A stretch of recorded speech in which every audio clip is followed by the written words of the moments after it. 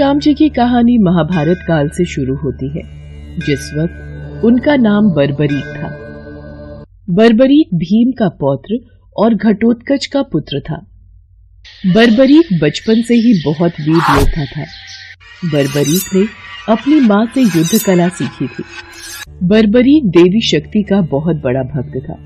एक बार बर्बरीक ने देवी शक्ति की कठोर तपस्या की। बर्बरीक की कठिन तपस्या को देखकर देवी शक्ति वहां प्रकट हुई। आंखें खोलो पुत्र। प्रणाम माते। तुम्हारा कल्याण हो पुत्र। मैं तुम्हारी तपस्या से अति प्रसन्न हूँ।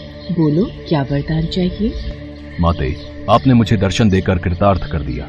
अब तो बस एक ही अभिलाषा है कि आपका आशीर्वाद सदैव मुझ पर बना रहे और मैं अपना संपूर्ण जीवन दीन दुखियों की सहायता में व्यतीत कर सकूं। तथास्तु, तुम सदा दुर्बलों का सहारा बनोगे। मैं तुम्हें ऐसी शक्ति प्रदान करूंगी जो तीनों लोकों में किसी के पास भी नहीं है। पर ज्ञात रहे पुत्र, तुम्हें इन शक्तियों का दुरुपयोग नहीं करना। भगवती शक्ति ने बर्बरीक को 3 दिव्य बाण वरदान स्वरूप दिए। वो बाण अपने लक्ष्य को भेद कर वापस लौट आते थे। इसी वजह से बर्बरीक अजेय हो गया। बर्बरीक अपनी माता के पास पहुंचा और देवी शक्ति के दिए वरदानों के बारे में बताया। माँ, मैं भी कौरव और पांडव के युद्ध में जाना चाहता हूँ। मेरी युद्ध में जाने की बहुत इच्छा है। पुत्र बर्बरीक, मैं जानती हूँ तुम एक महान योद्धा हो, इसलिए मैं तुम्हें रोकूंगी नहीं। पर मुझे वचन दो कि तुम हारे का सहारा बनोगे। तुम युद्ध में हारने वाले की तरफ से लड़ोगे। मैं आपको वचन देता हूँ, मैं हारने वाले की ओर से ही युद्ध करूंगा। अपनी माँ को वचन देकर बर्बरीक नील घोड़े पर सवार होकर 3 बाण लेकर रवाना हो गया। भगवान कृष्ण तो अंतर्यामी है, वो ये सब लीला होते देख रहे थे। भगवान कृष्ण जानते थे कि बर्बरीक केवल हार रही सेना की तरफ से लड़ेगा, और वो ये भी जानते थे कि कौरवों को भी बर्बरीक के इस वचन के बारे में पता है।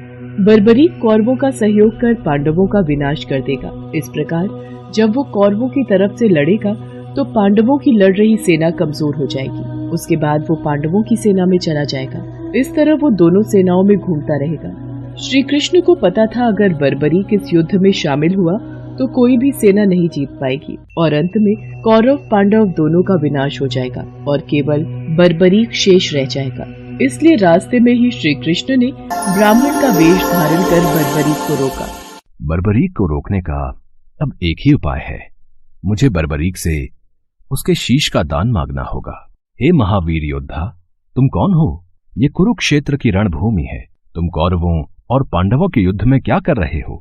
हे ब्राह्मण देव, मैं घटोत्कच का पुत्र बर्बरीक हूँ। मेरा प्रणाम स्वीकार कीजिए। मैं महाभारत के युद्ध में सम्मिलित होने आया हूँ।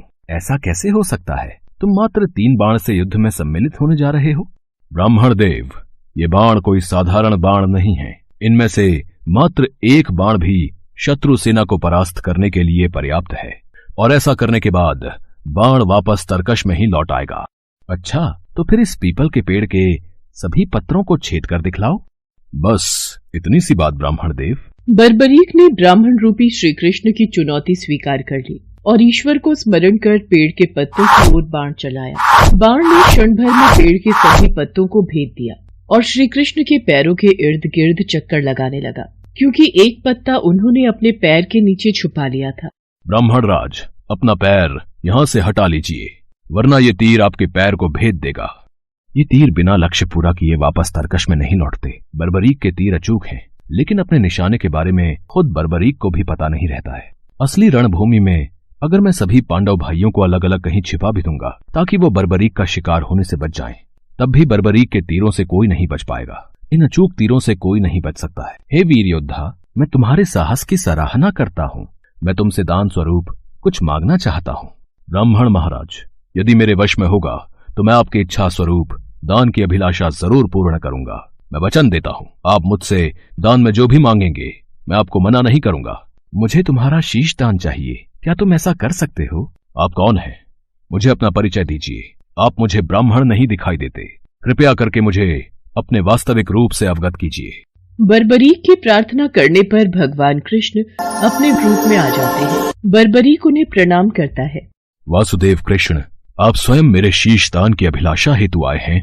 बर्बरीक, युद्ध भूमि की पूजा के लिए एक वीरवर क्षत्रिय के शीश के दान की आवश्यकता होती है, और तुम महावीर महायोद्धा हो, अतएव मैं तुमसे शीश दान मांगता हूँ।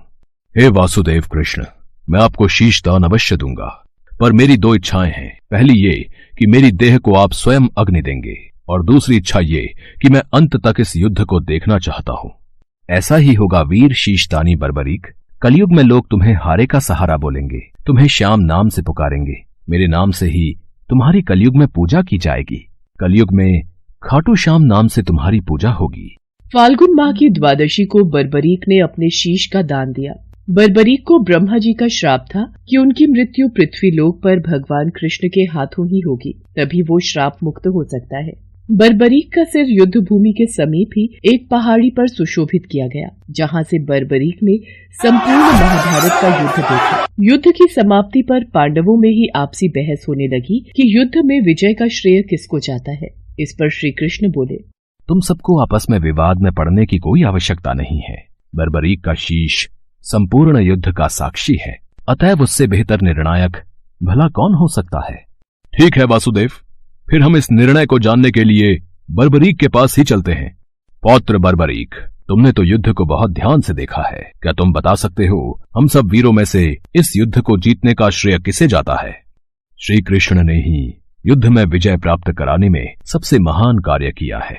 उनकी शिक्षा, उनकी उपस्थिति, उनकी युद्ध नीति ही निर्णायक थी। मुझे तो युद्ध भूमि में सिर्फ वासुदेव कृष्ण का सुदर्शन चक्र घूमता हुआ दिखाई दे रहा था, जो कि शत्रु सेना को काट रहा था। इस धर्म युद्ध को जीतने का संपूर्ण श्रेय भगवान श्री कृष्ण को ही जाता है।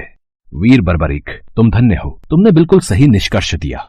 इसके पश्चात सभी पांडव बर्बरीक के निर्णय की सराहना करते हैं और भगवान कृष्ण से क्षमा मांगते हैं, क्योंकि वो जानते थे यदि स्वयं वासुदेव न होते तो ये धर्म युद्ध जीतना असंभव था। धर्म की विजय स्वयं वासुदेव कृष्ण के कारण ही हुई थी। भगवान कृष्ण के आशीर्वाद से बर्बरीक को कलयुग में श्याम नाम से पुकारा जाने लगा। आज भी खाटू श्याम जी महाराज के अनेकों भक्त रोजाना उनके दर्शन करने जाते